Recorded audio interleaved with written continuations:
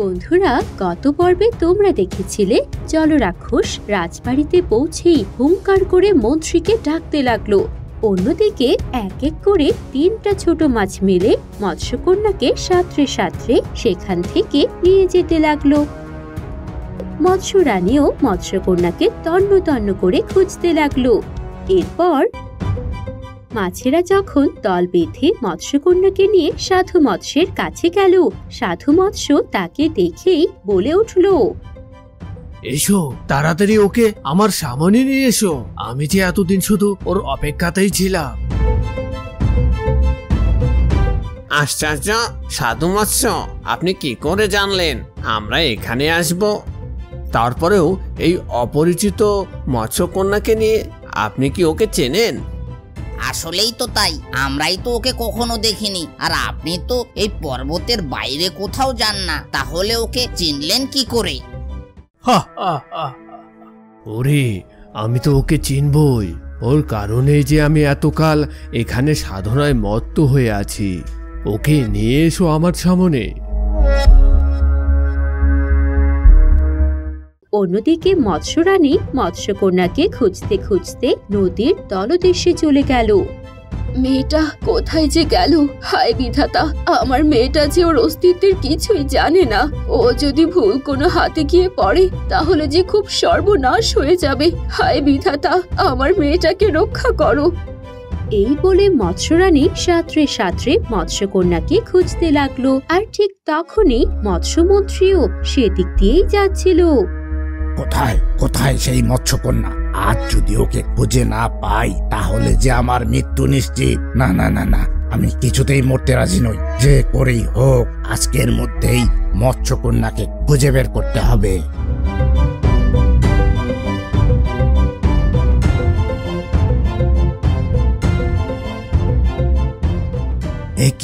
এ আমি কি দেখছি? এ তো দেখছি মেঘ না চাইতেই বৃষ্টি। এই যে মৎস্যরানী, তাহলে অবশেষে আমার কাঙ্ক্ষিত দিন চলেই এলো।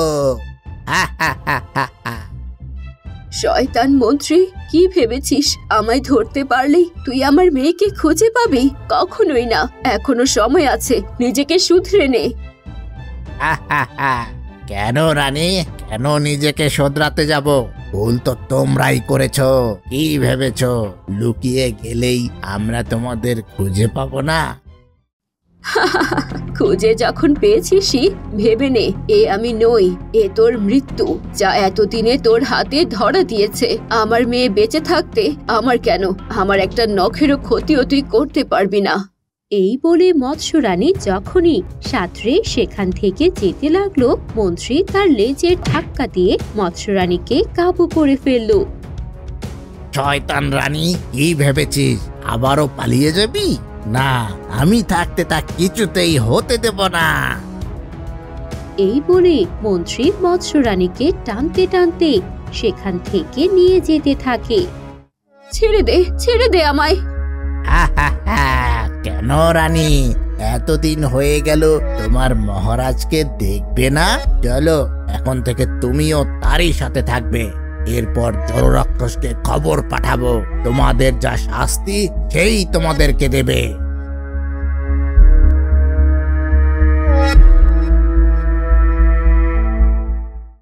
অন্যদিকে সাধু মৎস্য চোখ বন্ধ করে জোরে জোরে মন্ত্র পড়তে লাগলো। এরপর মন্ত্র পড়া পানি মৎস্যকন্যার গায়ে ছুঁড়ে মারতেই মৎস্যকন্যা কুসুমের জ্ঞান ফিরে এলো।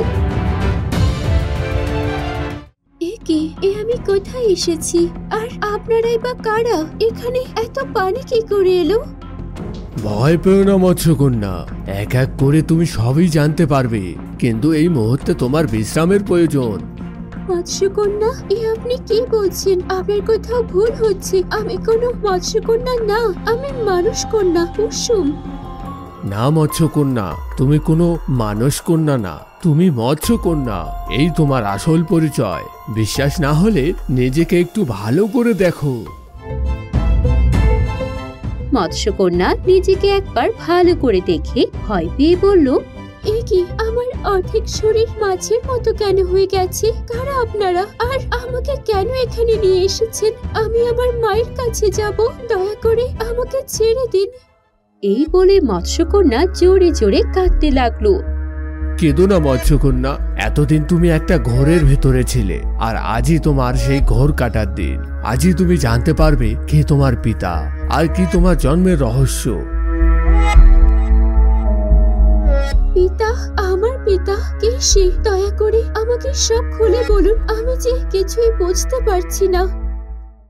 মৎস্যকন্যার প্রশ্নের উত্তর না দিয়ে সাধু মৎস্য জোরে জোরে মন্ত্র পড়তে লাগলো, আর সাথে সাথে তার সামনে এক বিশাল জাদু আয়না এসে হাজির হলো।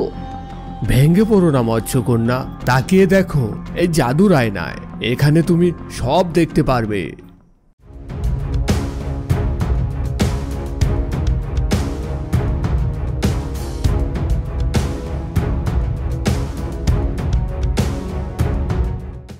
হায় বিধাতা, আজ আমি কি দেখছি? যে পিতার সম্পর্কে এতদিন আমি জানতে চেয়েছি, সেই পিতা কিনা আজ আমারই কারণে কালকুঠুরিতে বন্দী হয়ে আছে।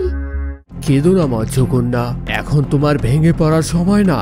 উঠে দাঁড়াও, শক্ত হও। শুধু তোমার পিতামাতা না, এই মৎস্য রাজ্যের প্রত্যেকই মৎস্য ওই শয়তান মন্ত্রী আর জলরাক্ষসের কাছে বন্দী। আর একবার যদি তুমি হাল ছেড়ে দাও, ওই জলরাক্ষস যদি অমরত্ব পেয়ে যায়, তাহলে কিন্তু আর কাউকে বাঁচিয়ে রাখবে না। এবার ছোট মাছেরাও আর চুপ থাকলো না। মাছেদের একজন বলল, হ্যাঁ সাধু মৎস্য, সত্যি কথাই বলেছে। ওই মন্ত্রী আমাদের সবাইকে ওর গোলাম বানিয়ে রেখেছে। আমরা শুনেছি আমাদের মহারাজ অনেক ভালো ছিলেন, প্রজারাই তার প্রাণ ছিল। মৎস্যকন্যা, দয়া করে আমাদের সবাইকে শয়তান মন্ত্রী আর ওই জল রাক্ষসের হাত থেকে বাঁচাও। হ্যাঁ মৎস্যকন্যা, বাঁচাও আমাদেরকে, নইলে যে ওই জল রাক্ষস আমাদের সবাইকে শেষ করে দেবে। এই বলে ছোট মাছেরা কাঁদতে শুরু করলো। কেঁদো না তোমরা, আমি যখন সত্যিটা জেনেই গেছি, এবার আর ওই জলরাক্ষসের কোনো নিস্তার নেই। বলুন সাধু মৎস্য, আমি কি করলে ওই জলরাক্ষসকে শেষ করতে পারবো? ব্যস্ত হয়েও না মৎস্যকন্যা, আজই তুমি তোমার আসল অস্তিত্বের কথা জানতে পেরেছো। এই শরীর পেয়েছো, আর তাই প্রথমে তোমাকে একটু বিশ্রামের প্রয়োজন। এরপর আমি এক এক করে তোমাকে সব খুলে বলবো। কিন্তু এইসব শুনে আমার তো একটুও দেরি সহ্য হচ্ছে না। আমার পিতাকে ওরা 16টা বছর কালকুঠুরিতে বন্দি করে রেখেছে। এই সত্যটা যে আমি কিছুতেই মানতে পারছি না। শক্ত হও মৎস্যকন্যা, ভুলে যেও না তোমার পিতা এতগুলো বছর সেই বলিদান দিয়েছে, যার প্রতিদান তোমাকে দিতেই হবে। তাই কিছুটা ধৈর্য ধরো। মাছের আসনও এখনই তোমরা মৎস্যকন্যার বিশ্রামের ব্যবস্থা করো। ওর শরীর এখনো অনেক দুর্বল। চলো মৎস্যকন্যা, আমাদের সঙ্গে চলো। অন্যদিকে মন্ত্রী মৎস্যরানীকে টানতে টানতে কালকুঠুরিতে নিয়ে গেল। মহারাজ, এ আপনার কি অবস্থা হয়েছে? শয়তান মন্ত্রী, তুই কিছুতেই নিস্তার পাবি না। মৎস্যরানীকে দেখে মৎস্যরাজ অবাক হয়ে বলল, এ কি রানী, তুমি এখানে? আমার কন্যা কোথায়? কি ভেবেছিলি আমি আর কখনোই তোর স্ত্রী কন্যাকে খুঁজে পাবো না? রানীকে যখন পেয়েছি, এবার রাজকন্যাকেও পাবো। শয়তান মন্ত্রী, হেসে নে যত খুশি, শেষবারের মতো হেসে নে। একবার আমার কন্যা এখানে আসুক, তোর সব হাসি শেষ করে দেব। কি হলো রানী, বলছো না কেন? আমার কন্যা কোথায়? তুমি কি করে এখানে এলে? তাহলে কি সব শেষ হয়ে গেল? চিন্তা করবেন না মহারাজ, ও আমাকে পেলেও আমাদের কন্যাকে কখনোই খুঁজে পাবে না। ওরা আমাকে মেরে ফেললেও কিছুতেই আমার কন্যার খোঁজ ওদেরকে আমি দেব না। মৎস্যরানী একথা বলতেই মন্ত্রী মৎস্যরানীর চুলের মুঠি ধরে বলল, কি বললি? মরে গেলেও বলবি না তোর মেয়ে কোথায়? বেশ, আজ তাহলে তোকে মরতেই হবে। ছেড়ে দে রানীকে। পাপের বোঝার ভুলে যাস না। পাপ যত বেশি হবে, শাস্তিও ততই ভয়ানক হবে। শাস্তির ভয় আমি পাই না। হয় আজ তোরা তোদের মেয়ের খোঁজ আমাকে দিবি, নইলে আজই তোদেরকে এই লাল কুঠুরিতে মরতে হবে। এবার কি করবি সেটা তোরাই ঠিক কর। ছেড়ে দে শয়তান, নইলে এর পরিণাম খুব ভয়াবহ হবে। আহাহা, বললামই তো, আজ হয় তোরা তোদের মেয়ের খোঁজ দিবি, নইলে পচে মরবি এখানেই।